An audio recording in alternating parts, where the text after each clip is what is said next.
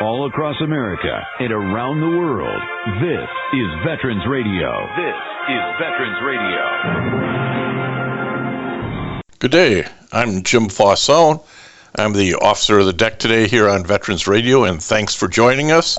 We've got some interesting stories for you. We always want to remind you you can find more about Veterans Radio at its Facebook site or at the web, veteransradio.org, where we're on the web 24/7. You can find a lot of our podcasts there as well.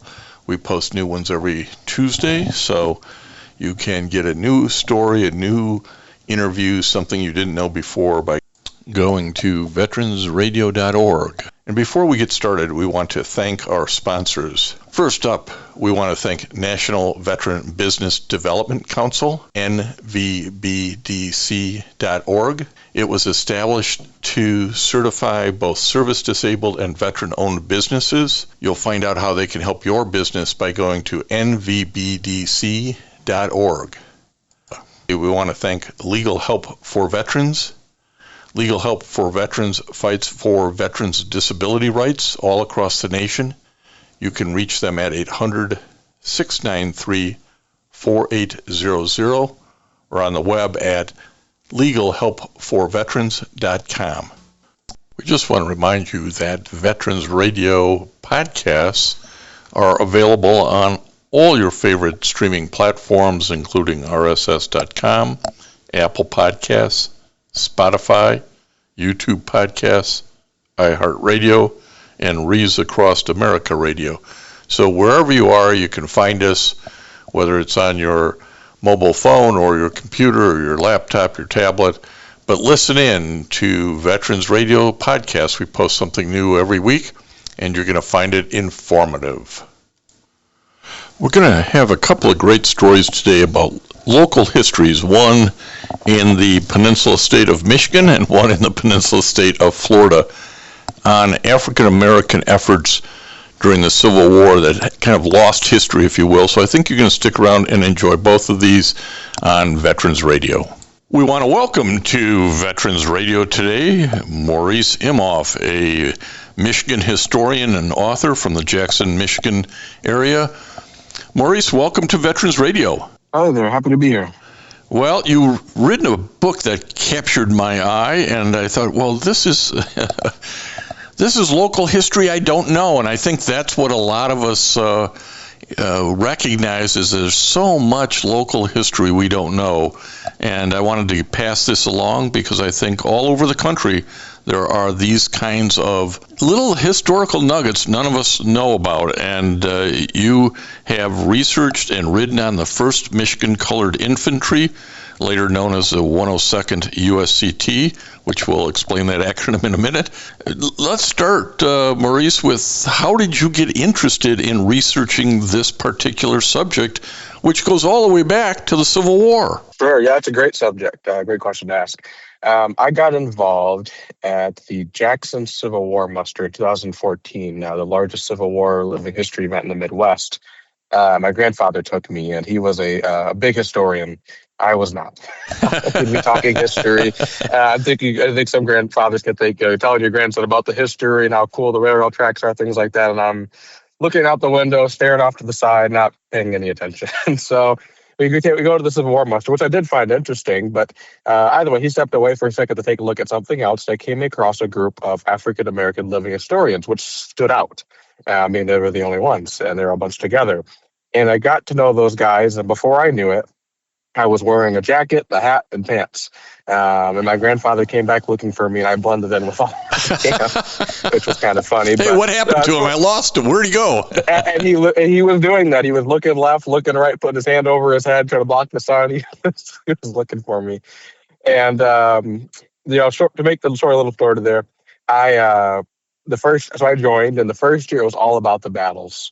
As a young guy, 14, I loved doing the reenactments, the musket, all that kind of stuff. That was awesome. But it was the second year when I visited the state archives in Lansing and got to view the 1st Michigan Colored Regiment's battle flag that had actually been in the service with them in the 1860s. And it was in poor condition. You're talking, battle scars, tattered condition. The silk had deteriorated.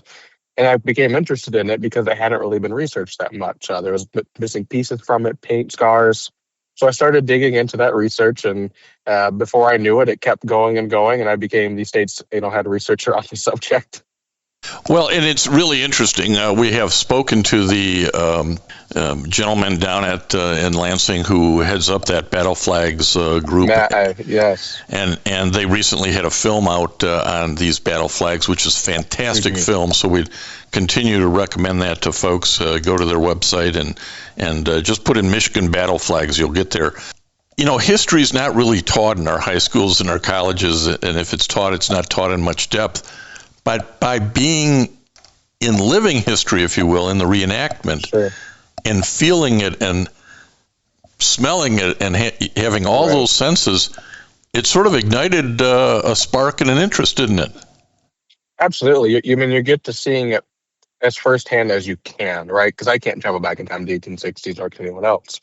So being able to actually go and do living history programs puts you in the feeling. And not only do we do some normal programs at libraries and such, but I've gone to some more full-on intense immersive events, so to speak, where there's no crowd. You have 500 guys out in the middle of the woods. I went to Bentonville just recently with about 6 of my guys, and we portrayed some of the men who of color who were corduroying roads, moving supplies, lifting logs, cutting down trees, and it really put you in the experience. And one of the funny things I like to say about that is, as much as cool as the experience was, my guys were not having it.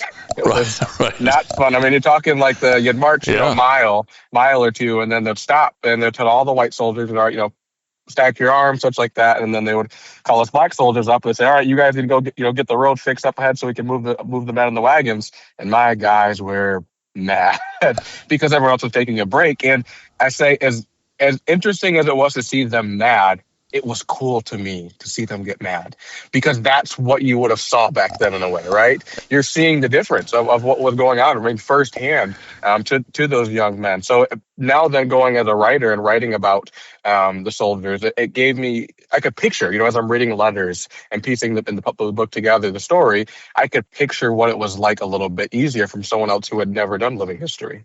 And so your book is called The 1st Michigan Colored Regiment, Free Men Who Fought Slavery. So put this in some context, Maurice. How many men were in the regiment? How did it even get formed? Sure. So there was 1,400 men in the regiment, 1,446 to be specific. It's kind of weird that I know that off the top of my head, but that were joining this regiment. 1,000 of those men were former slaves from the South who came up to Michigan and joined this regiment throughout that, at some point when they moved here.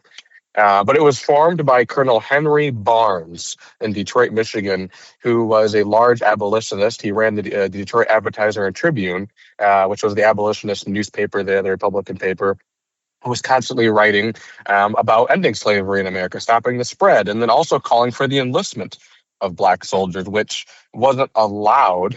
That was a radical idea, wasn't it? Absolutely. I mean, you're talking, basically by allowing men to, join the Union Army, you're calling them equal. And even here in Michigan, people weren't ready for that. People did not want that. Not the entire population, I should say, wanted that. And were these men also armed? I mean, did they train as you might think an army group trains, and were they given arms and trained in how to shoot and fight and defend? So at first, on the other parts of the nation, it started a little slow. They weren't willing to give them firearms and such, etc. But once the Emancipation Proclamation was passed by Lincoln, now they could legally raise troops, giving them arms, giving them everything. I mean, the full mighty of the U.S. government to enlist the soldiers. So they trained in Detroit at Camp Ward. They got Lorenz muskets to start with. Later got Springfield muskets. They did very well, and that was one of the thoughts, right? Are these guys going to do well? And what they found, I mean, as people learned, is if you teach them well, they're going to do well. In some parts of the nation, you had white leaders, officers who didn't care, didn't feel like they could do a good job, so they didn't train them well, right? They kind of just didn't care. Michigan's soldiers, leading officers, did care, and they understood that these men could make good soldiers, and they did. I mean, you can read stories in the newspaper from the 1860s about the men marching through the principal streets of Detroit, looking handsome, marching with their flag, with their arms and such shiny. So they did very, very well, making a strong presence here in Michigan, even going so far to when they went Niles, to the reporter who's writing about the regiments coming for a visit on a recruiting tour, and there's a couple copperheads, who aren't in favor of this, who are basically they're looking forward to just bashing the guy. They can't wait till they get there so they can laugh him off. And the reporter then wrote, after they left, these copperheads were blown away. They were so thrown that they didn't have any words almost. They changed their mind, because all they're reading is the stuff in the paper, right? Stuff nationally. Oh, they don't make good soldiers. All this, they have their own opinions. But once they saw it firsthand, that opinion completely changed, and that stood the test of time. And 180,000 black soldiers nationally took up arms and fought to end slavery in America. Well, and that's something I wanted to get across too, because you got to put this in some context. I don't think, again, we don't teach history, so this is going all the way back to the Civil War. But 180 to, it's estimated, 200,000 African Americans fought for the Union in the Civil War. That made up 10% of the Army. Today, in today's Army, there are 95,000 African Americans in active duty, and that makes up 20% of today's Army. So, wow. There's been a long, continuous line of African Americans in the Army fighting and supporting this country. And when you go back to this point in time in the Civil War, where this was sort of the beginning and unusual, how did it work that they got called out of Michigan, and where did they go, and what did they do? Sure. So since they were a federal regiment, or the colored troops, I should say, were federal regiments, they were segregated. So they were kind of raised as a state militia, as many of the other units were, the 21st Michigan Infantry, 20th, et cetera. So they were raised as the 1st Michigan Colored Regiment. However, once they got to D.C. in the Maryland area, they became federalized with the Bureau of the United States Colored Troops, segregated. So like another branch of the Army, so to speak, in today's times. So they became, or redesignated, I should say, as the 102nd United States Colored Troops. And that's that people often get confused. Are they two different groups? No, that's one unit. They just had their name changed. And the men actually didn't like that. While they liked being, soldiers in the Army and really respected, being federal troops too as well, that gives you even more, power, right? They felt disrespected that they were these colored soldiers. And I tell people, imagine there was a battle taking place. And if you can think of stories like this where you've heard, right? Imagine there's a battle taking place and the 20th Michigan Infantry whips the Rebs, right? They destroy the flank and they whip them down the hill and they ran them off. And, the other unit nearby, the Illinois guys would say, wow, those 20th Michigan boys, wow, they really whipped them and they saved the day, etc. Well, in this case, now they just became the colored soldiers, right? They don't know where they're from. They're no longer the Wolverine state, right? They're just the colored troops. So they felt a little upset about that, but they still carried on, that legacy of going by the 1st Michigan Colored Troops where they could. Well, and the importance of being federalized, and that recognition, again, at the time may not have seemed like much, but it opened up a lot of different opportunities, including there's in Arlington National Cemetery, there's a whole plot of graves related to those from the United States Colored Troops. And sure. They lost a little bit probably of that feeling of relationship to, Abraham Lincoln's famous quote, "Thank God for Michigan," right? Yes. The context of that is Michigan sending troops to aid the Union cause early on in the process. Where did the research come from? Talk to us about, it really takes years of combing through things to get this book to where you say, okay, now I got the history right, let me get it out into the public. Right. I started researching in the newspapers, the Detroit Advertiser and Tribune, or I should say the Detroit Free Press. That's an interesting story in itself. I started with the Detroit Free Press because it was available online through newspapers.com, which many news historians will know. And I was reading all about the regiment, finding these different stories through the paper and such like that. And I'll be honest, I couldn't believe what I was reading because the Detroit Free Press bashed this regiment. I mean, they have to go on a march and say they tore up the city. Nobody wants them here. Why is Michigan even raising the troops? They got their muskets, they threw them on the ground, so to speak. And what I learned as a younger guy, what I was missing there was that this was the Democratic paper, which was not in favor of having colored troops. So, in a media point of view, they wanted to tell the public that this was bad.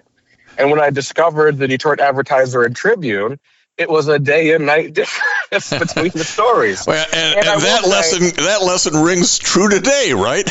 Absolutely. I tell people I don't want to put anyone on blast, but you put Fox and CNN on, and sometimes you get completely different stories. Absolutely. And that is what you kind of see a little bit there.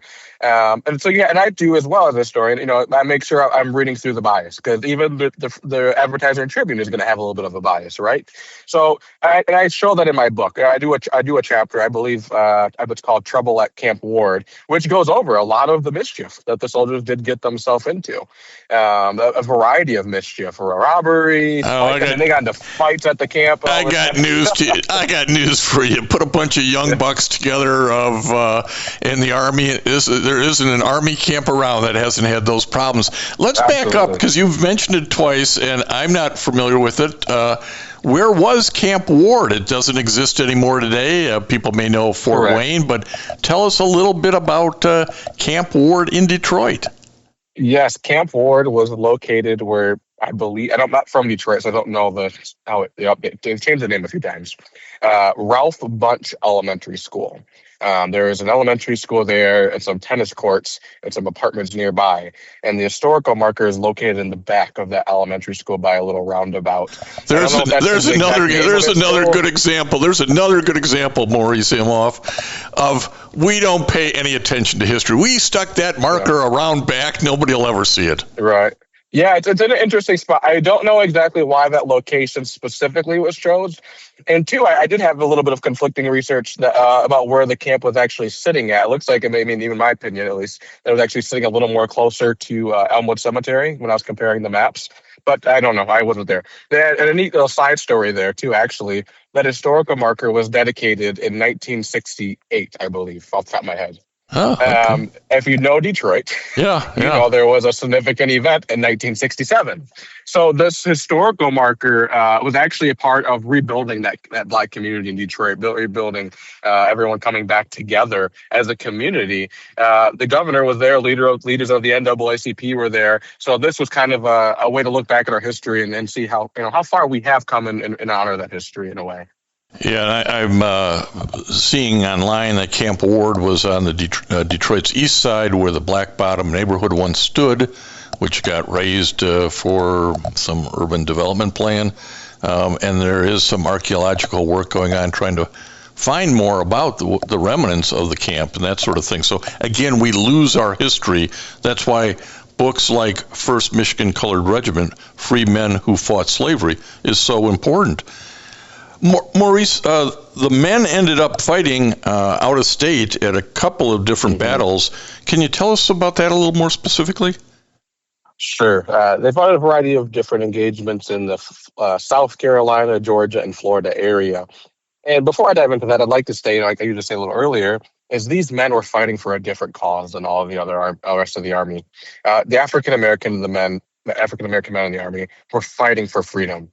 And that's no doubt about it. That's what these guys are fighting for. Of course, they want to preserve the Union and as a whole, right? But these men were fighting for freedom and liberty. They're fighting to. Now we said that we're fighting to free other people, right? But let's look closer into that. As a young 18-year-old who made their way out of slavery and up to a free state, they're going back, and why are they joining?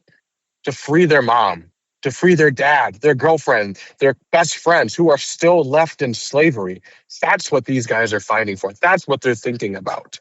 Oh, that's they're not thinking about American government. That's right. That's a powerful way to look at it. And I suspect maybe in your reviewing letters and research, there was a certain element of respect too involved in what they were doing. They were earning the respect that they were entitled to. Were you able to find personal letters or journals or anything of that sort? Absolutely. There was a couple good letters that came across to me, a collection. Sharon Hepburn, if I'm pronouncing that right, came across a great collection. I'm blanking on his name, of one African American soldier who was in the ranks. And then there was another collection by Sherry. Oh, I'm like, man, I feel so bad. Sherry, she came across the collection and transcribed some another soldier's letters. I believe it was Alonzo Reed.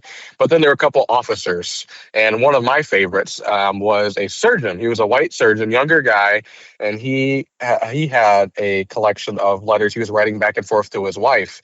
And which made this even better was he was writing back and forth to his wife, and he was knowledgeable. He knew how to read and write very well, and he shared every bit of his opinion. And what I mean by that too is you can think of a friend of yours who gets too into politics, and you ask one question, and they're giving you a whole big load of how they feel. That was this guy. He gave you a big load of how he felt, but that was perfect because you're seeing right into how he feels. And at times, at first, honestly, he didn't like black men, it seemed. He was very new to it. I wouldn't say he didn't like them. I shall back that up. He was very new to it. He was from the Flint area, hadn't been around many black men. So when he got into the regiment, he referred to them to the hard R, the N word. He didn't know these guys. And through his time, through the letters back and forth, you see his opinion changes, and it changes quickly. Calling them brothers and mad at the white men who he interacted with, who bashed his men, and treated them differently. That was the golden mine. Well, yeah, I was just going to say that was the term I was going to use for a historian writing. Those personal letters are just gold because they give you a context you otherwise wouldn't have. But I interrupted you. They get down to South Carolina, which is a long way from Detroit, Georgia, and Florida. Talk about those battles as well.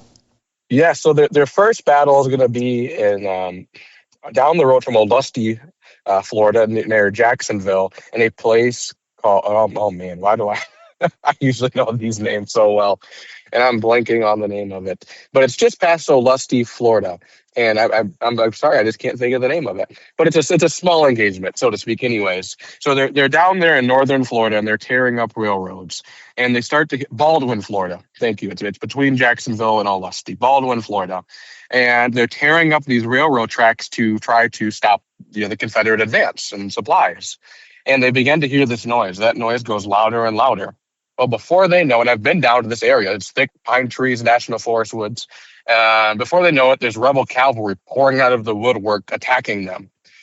This regiment is now in a little bit of panic, right? They've never seen combat, ever. The white officers who are leading these men have never seen their men fight. And if anything, they've been told by their comrades, have been told by their friends at home, these guys are going to drop their guns and they're going to run and you're going to die. You're a fool for joining this regiment. So they're nervous. What happens? The 102nd fixes their bayonets, fires a volley into the cavalry, and easily repels them. And not only do they fire a volley, after they fired, everyone's now empty, right? Everyone is completely empty. Right. What do they decide to do? They charge the cavalry by hand and easily repel them off without losing one man. And that told these white officers and everyone around, these men are here to do business, I tell people. So that's their first engagement. Up to their largest one at the Battle of Honey Hill, they see some other, small fights back and forth in the area. They fight next to the 54th and 55th Massachusetts, very famously known for the movie Glory, Denzel Washington, Morgan Freeman. So they have some engagements in there, and Potter's Raid going through, trying to slow down the Confederate advance again, make them, want to stop fighting by messing up these towns a little bit. But their largest and most famous battle is the Battle of Honey Hill, South Carolina, where the regiment helps to return 3 cannons back from the battlefield, Union guns that had been decimated. The men had been. So they rush up, they grab the cannons, and they wheel them back while under fire.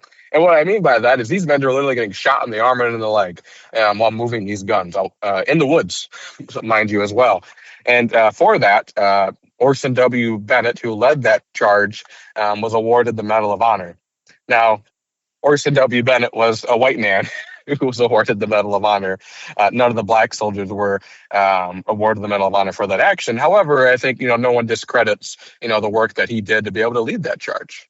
Well, that's interesting, and there's a long history of African American soldiers not getting recognized for doing more than others in battle, all the way up to most recently, the name that comes to my mind is Paris Davis in Vietnam, whose Medal of Honor package kept getting lost 4 or 5 times before it finally enough people got behind it and proved it up, and he got it. So very interesting that Orson Bennett got the recognition.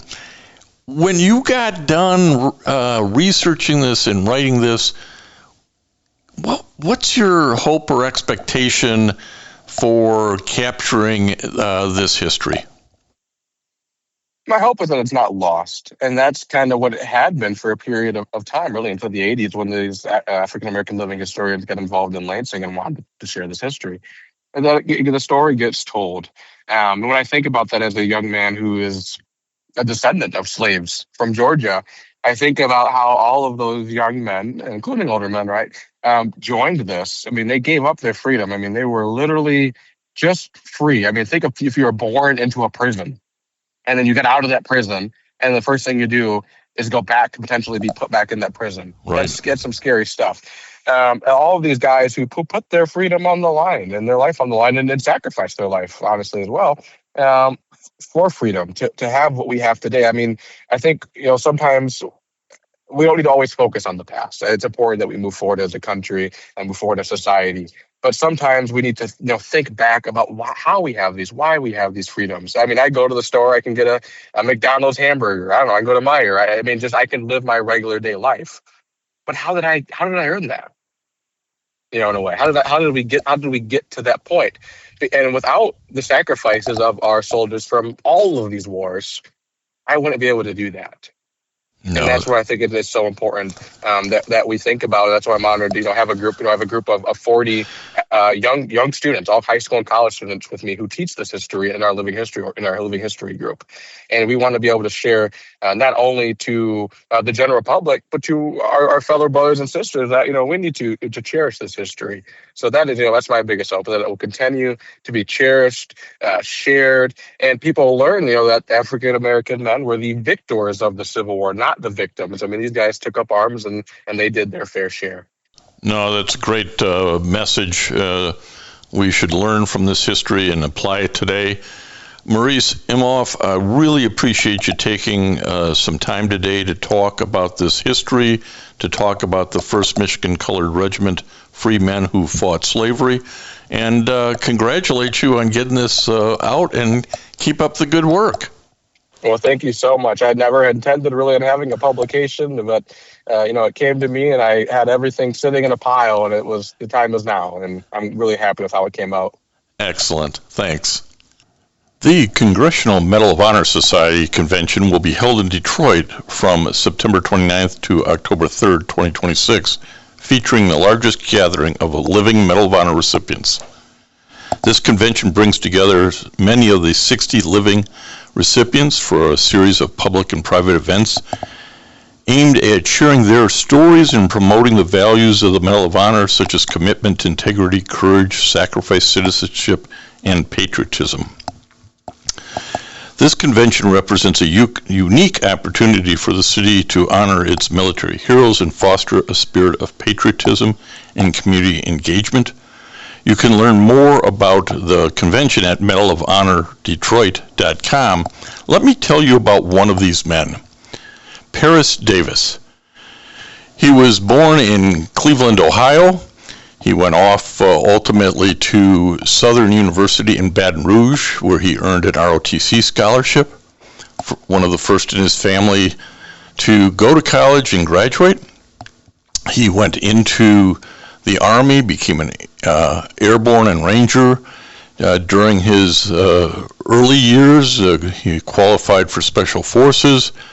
He went to Vietnam in June of 1965, and in a horrendous battle was wounded early in the fight but refused to leave and be evacuated. He repeatedly crossed open ground under heavy enemy fire to rescue wounded comrades, including dragging his team sergeant across the field while the air around them erupted in enemy rounds. He coordinated fire support. He even refused morphine so that he'd remain alert and could direct the battle. He wasn't going to leave until every man, dead or alive, was accounted for. As a result of those actions, he received the Medal of Honor. However, his story is more interesting in that it took about 60 years, 6 decades, for the nation to finally recognize him. The packages that were submitted for his Medal of Honor were, quote-unquote, misplaced, or, quote, lost, close quote, or was it because he was an African American? Finally, President Joe Biden in March of 2023 awarded him the Medal of Honor in a White House ceremony where his due was recognized. You can learn more by going to Congressional Medal of Honor Society site, cmohs.org, and remember to visit and support medalofhonordetroit.com. If you have a VA claim denied by the Board of Veterans' Appeals, contact Legal Help for Veterans at 1-800-693-4800. They're experts in handling cases before the U.S. Court of Appeals for Veterans Claims. Their number again, 1-800-693-4800. Military veterans touch everyone's life. I'm guessing right now you're thinking of a veteran, a close friend, relative. Maybe it's you. Even the toughest of us sometimes need help, but don't know where to turn for support. You don't need special training to help a veteran in your life. We can all help someone going through a difficult time. Learn how you can be there for veterans. Visit veteranscrisisline.net. veteranscrisisline.net. A message from the U.S. Department of Veterans Affairs. We want to welcome to Veterans Radio today an award-winning author who writes a lot in the military space and history space, Mark Barie. Mark, welcome to Veterans Radio. Thank you very much for having me, Jim. It's quite an honor and a pleasure. Thank you. Well, as I've read about you, I know you were a New York guy and you were upstate New York writing a lot of local history books, and one thing leads to another, and you find yourself in Florida, and now you're writing about some Florida military history we want to talk about. I got to admit, when I read this article, I said, I never heard of this, and it's the Battle of Fort Myers, Slaves Fighting for Their Freedom. That's correct. And I have to confess, Jim, until I moved to Florida myself, I didn't know about the Battle of Fort Myers either. So we're in the same pool. Yeah, and that's why we're doing this, is because I think there's so much lost history, particularly history about how African Americans, Hispanic Americans, Japanese Americans, and all the other groups you might think of to categorize have fought for this country. But, you know, we teach so little history, those stories don't get told in high school or even college for that matter. So yeah, that's why this is important in my mind. Do you agree? Those things get lost in the shuffle. This is true. But on the other hand, in defense of those of us who are ignorant about this battle, the big battle's got all the publicity. And most people don't realize, though, that Florida was important in the Civil War because it was literally the breadbasket for the Confederacy. And that's why the Union troops wandered on down here, because they wanted to stop all the beef and grains and everything else that's coming from the South to supply the Confederate Army. That was the only way they were going to defeat the Confederate Army. So the Union made their presence known, and that's how the battle started.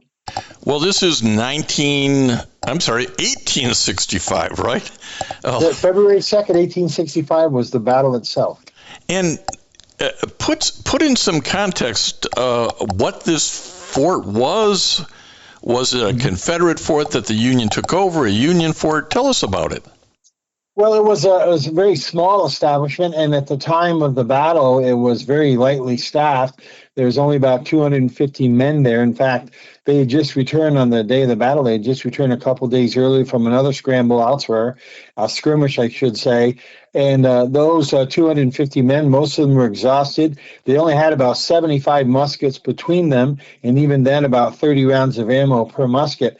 So it was not what you'd call the best defended fortress, controlled, so to speak, by the Union. The Confederates, on the other hand, knew what the Union was there for. They wanted to protect their food chain further north to the main Confederate Army. They had about 3 companies. They had about 400 men. They had a big 12-pound piece of artillery, and so they had it in their head that they were going to take this so-called Union-controlled fort away from the Union. And they surprised a couple of the African-American troops, as it turned out, who were outside of the walls of the fort doing their laundry, took them prisoner, fired a few shots, and those shots miraculously warned the folks inside the fort, and that began what would turn out to be an 11-hour battle between the Confederacy and the Union. Well, and let's frame this a little bit more for those who aren't up on their Civil War history. African Americans or black troops were fighting as part of the United States Colored Troops, USCT. And that term sounds funny today, but can you put some context around it? Well, the USCT turned out to be very, very significant. As you and I were talking earlier, African Americans ended up, by the end of the war, to be about 10% of the total fighting force of the Union, somewhere in the vicinity of 180 to 200,000 troops. And 37,000 African Americans ended up dying in the course of the Civil War because of their battle wounds and being killed in battle. So there was a long, slow process for them. You have to put it in perspective. The battle was 1865. It was about 2 years earlier, in January of 1863, that Lincoln had written and published and passed the Emancipation Proclamation. But that didn't mean that black troops were automatically integrated into the Union Army. In fact, they experienced a tremendous resistance wherever they went, often segregated. Even so-called all-black companies were commanded by a white officer. And so it was much like Jackie Robinson was decades later, hundreds of years later, when he got into the baseball. People don't realize that he wasn't a hero. He was treated like a goat, and not the greatest of all time, obviously, and discriminated against by some of his own teammates. The same happened with the USCT. So even though they fought with valor and courage, places like Port Hudson in Louisiana, Fort Wagner in South Carolina, several places in Virginia, including Spotsylvania, they were discriminated against. It was a very prejudiced atmosphere. And yet historians today realize that they were very tough bunch, the USCT. They were very courageous, tough as nails, extremely aggressive, and very united and cohesive group. And wherever they fought, they did a great job. They did an absolutely great job. Well, nothing brings people together more than being in the foxhole together. And the colored troops that were at Fort Myers were kind of critical to this battle, weren't they? They represented the bulk of the people that were there, the soldiers that were there, obviously, and they were credited with winning the battle. In fact, as a result of the black troops being there, several of them were cited for bravery, and they stunned the Confederacy. The Confederacy outnumbered them easily, but the white captain, a guy named James Doyle in the fort, was told to surrender because he was outnumbered, and the Confederates had a big 12-pound piece of artillery. The Union had a couple of 6-pounders. That was it. And his response was, "I respectfully decline." And he and his African-American counterparts decided to slug it out. And after 11 hours, the rebels simply called it quits. They did it that night. 40 Confederates lay dead, about half a dozen Union casualties, not much. Of course, they had the fort to protect them, but they had some very, very aggressive black soldiers that worked in and outside the fort and stunned the hell out of these Confederates, and that's why the Confederates ended up losing the Battle of Fort Myers. And did this sort of end up being a line where, okay, we're not getting back this territory, and otherwise put a big dent, I suppose, in the pride of the Confederacy? Well, you put your finger on one of the greatest ironies of the Battle of Fort Myers. Not only was it little known and quickly forgotten, but in 2 months, in less than 2 months, actually a month later, about after the battle, both sides in the Civil War abandoned the fort. it wasn't important anymore. And one of the reasons was, even at the time of the Battle of Fort Myers, the Confederacy knew they were losing the war. They saw the writing on the wall. A month later, it became very clear, black and white, no pun intended. And of course, General Lee surrendered the Confederacy April 9th, 1865, about 2 months after the Battle of Fort Myers. So a month later, the battle that lasted 11 hours, that cost that many Confederate troops, and that put the USCT on the map, so to speak, as far as historians are concerned, all went for nothing because both sides said, we don't need this fort anymore. The breadbasket for the Confederacy had pretty well dried up anyway, and the war was just a hop, skip, and a jump from being all over. Well, you, in your article on this little-known topic, quoted the New York Times that reported the former slaves, quote, could hardly be restrained, close quote. They seemed totally unconscious of danger and constantly shouted to each other to get them, close quote, meaning the rebels. I hate to use the word zealous because that's got a bad connotation these days. But these guys were zealous in fulfilling their duties. And, of course, some of it could be attributed to the fact that they felt they had to work twice as hard and be twice as effective as their white counterparts. But I think there was more than that, and I'm probably putting thoughts and maybe even words into these African-American soldiers' mouths and minds. But I think they knew they were under the gun, so to speak. I think they knew that they had everything at stake. They had, a couple years ago, been told by their president that they were all free. Now they had to fight for their freedom. And so they fought with gallantry, they fought with a fervor, and with a fever that the white soldiers during the Civil War did not have, because they were not fighting to free themselves. These troops, particularly those in the Fort Myers battle, I think they knew perfectly well that if they had to surrender to the Confederates, they would go back to their former lives as slaves. And many of those blacks in the fort were former slaves, and they did not want to go back, and they were prepared to put their life on the line to make sure they didn't go back. We're talking to Mark Barie, who's a author, writes a lot of in the area of military and historical topics. One of the things I want to put context on, because I think, again, it's easy to kind of forget this stuff, is that, as you said, there were up to 200,000 African-American troops in the Civil War. Today, in the active Army, there's about 95,000 African-Americans, and they make up 20% of the active duty force.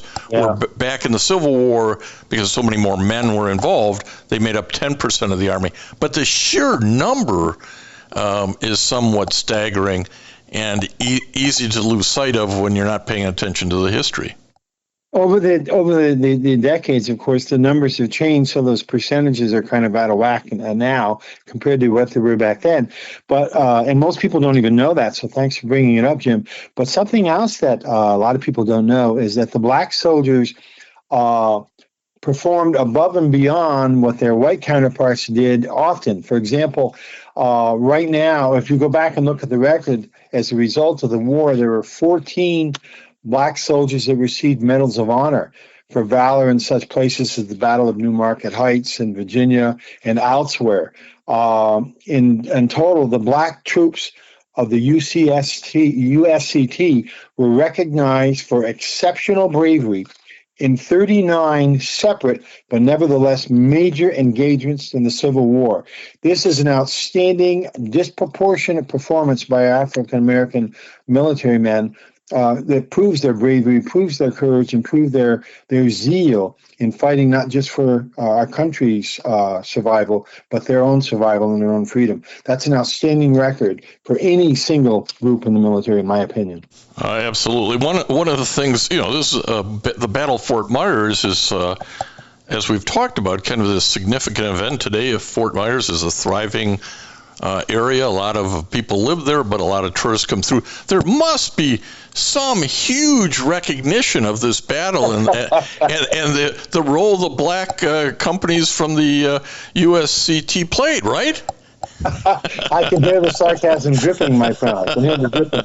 No, there isn't. There's just one, as I put in that article, one of those ubiquitous blue signs with the yellow print, I believe, sitting at the mark of the fort. It's hardly noticed. It's very rarely mentioned in papers. In fact, I think the last time it got some publicity is the article that I wrote, and it's too bad. Working hard to make sure that it's not forgotten as the Sons of the American Revolution, particularly, excuse me, the not just the Sons of the American Revolution, but the one I'm a member of also, the Sons of the Union Veterans of the Civil War. They're all history buffs in these organizations, and particularly the SUVCW has tried to mark that occasion of the Fort Myers battle every single year. Tried to get out there and perform some sort of a ceremony with a color guard. But sometimes I think they're swimming upstream because we don't teach history in schools like we used to. In fact, you might find some public schools where history is not even taught at all. My own granddaughters, I love them dearly, but they came home and I found out pretty quickly they knew more about Harriet Tubman than they did about Abraham Lincoln. And so the history that is taught is a bit skewered. And unfortunately, battles like this that are militarily insignificant, but in my opinion, historically significant, get lost in the shuffle. Yeah, and it's particularly true for the communities around which they were fought and the communities of men who fought in them. There should be more recognition. Let me point out that Mark is the patriotic instructor of the Colonel Robert W. Barnard Camp No. 2 of the Department of Florida Sons of Union Veterans of the Civil War in Fort Myers. You can't get that on a business card. No, but it's a high-paying job, I can assure you. I'm sure of that. I hear the sarcasm. Yeah. So let's talk a little bit about what you have written. You have a website. Folks can go to Mark Barie, and that's BARIE.com, to find these books, which are on Amazon. But they all have a little flavor of wartime efforts in different zones. Tell us about them. Well, I essentially, the elevator version of this is I write about love in war. So I started backwards. I started with the Civil War because my wife, who's an expert genealogist, waltzed into the living room one day and announced that I had an ancestor that fought in the Civil War. And I got lucky, and I found a diary from that same regiment, the Adirondack Regiment, and my first novel was born. Prior to that, my wife and I had collaborated on a couple local history books. I had done a couple biographies back when we lived in upstate New York, right along the Canadian border. But when I moved to Florida, this is about 11 years ago, I thought I'd never write anything again, but that's when she announced this ancestor.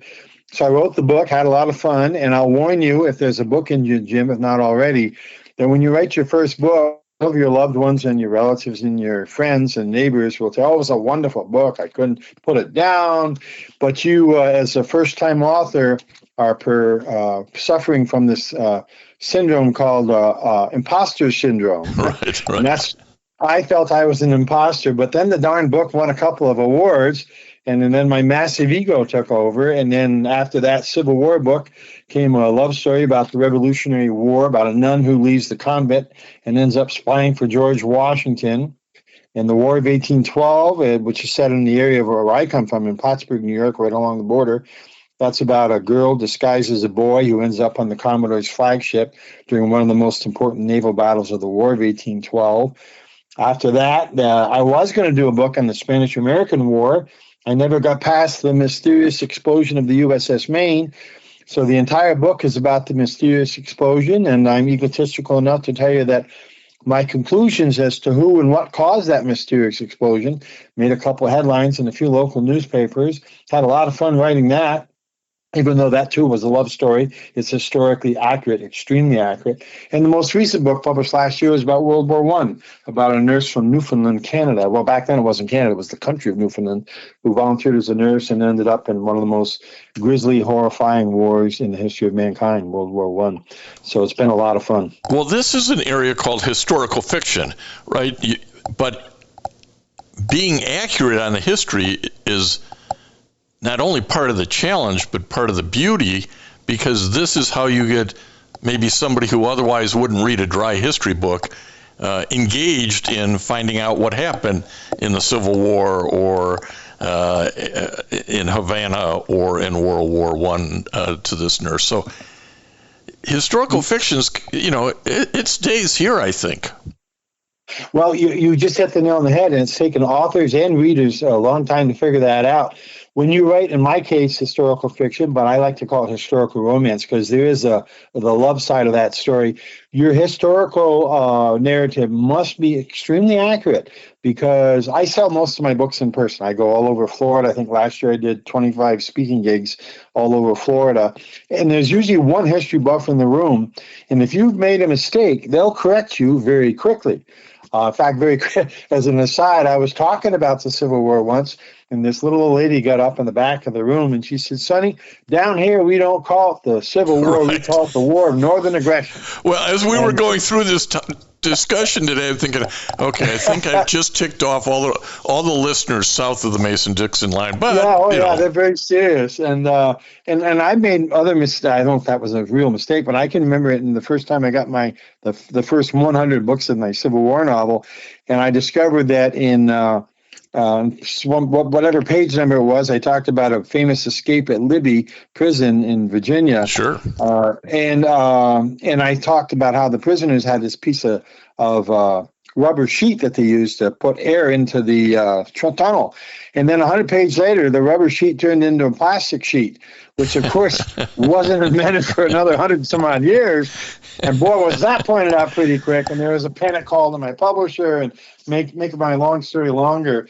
Even though it's historical romance, even though it's historical fiction, every single historical fact that can possibly be Googled or ChatGPT'd or whatever the hell it's called is accurate. For example, in the Civil War book, you read a section where Lincoln goes to the soldiers' home and visits prisoners. And except for the conversations, which you can take some liberties with, he was there. Trust me, he'd been there. That's what he did all the time. He visited the wounded soldiers.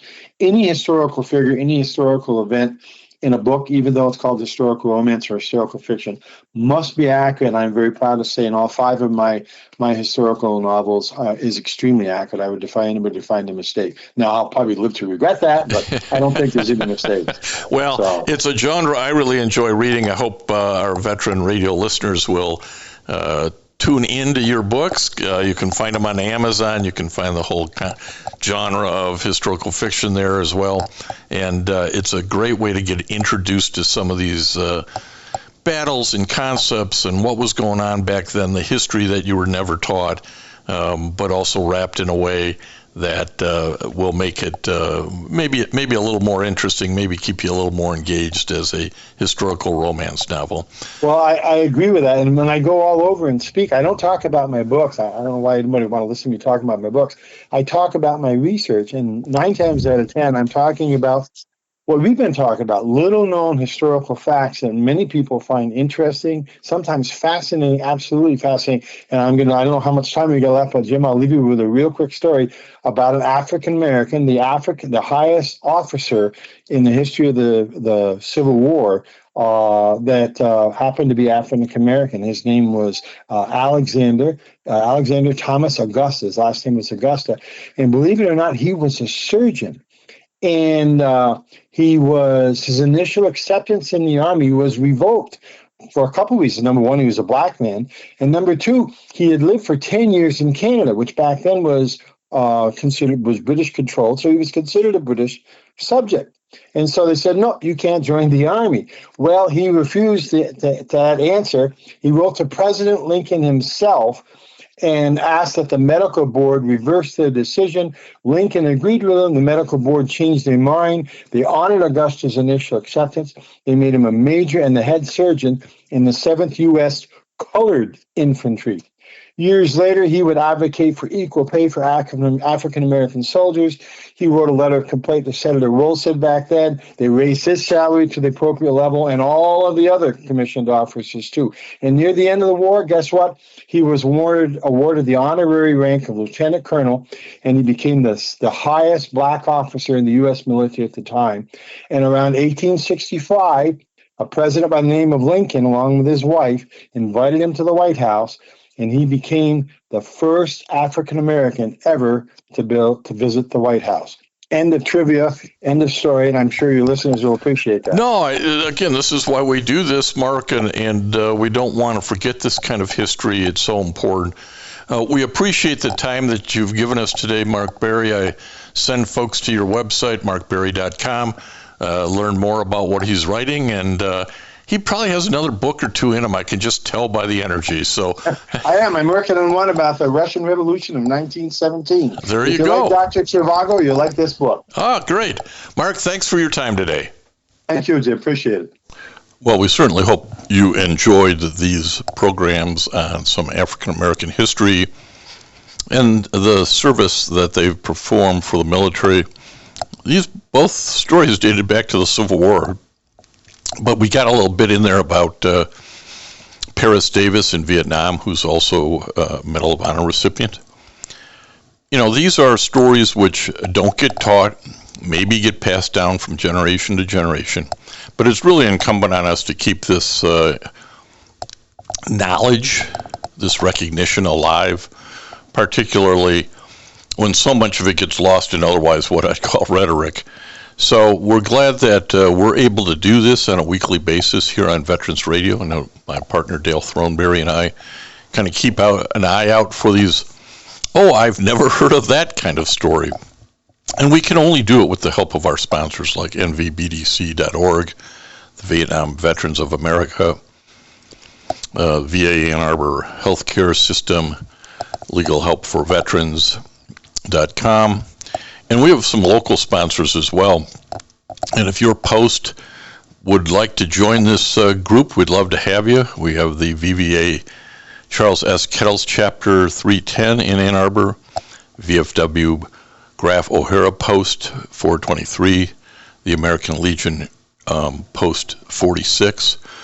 So it's everybody helping out a little bit to keep this program alive. It's been on the air for 20 plus years. We're working hard to make sure that we can continue these efforts. We're also always looking for unique story ideas. So if you've got something and you say, hey, I don't hear anybody talking about this, and they really should, we'd be glad to line something up and have a discussion here on Veterans Radio.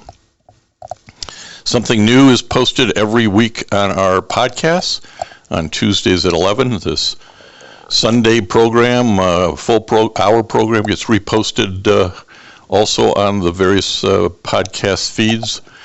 So if you miss something, you can go back and catch it again. We have it on our archives. You can go to veteransradio.org to check us out. As I say, there's always something new. There's always good information. You can also go to Facebook and follow us there. We'd love to have you as somebody who participates in the social media game with us. So we are bringing this program to a conclusion, but we've got something good for you again next week. Dale will have the microphone. I'm Jim Fossone. It's been a pleasure to be your host. And until next time on Veterans Radio, you are dismissed.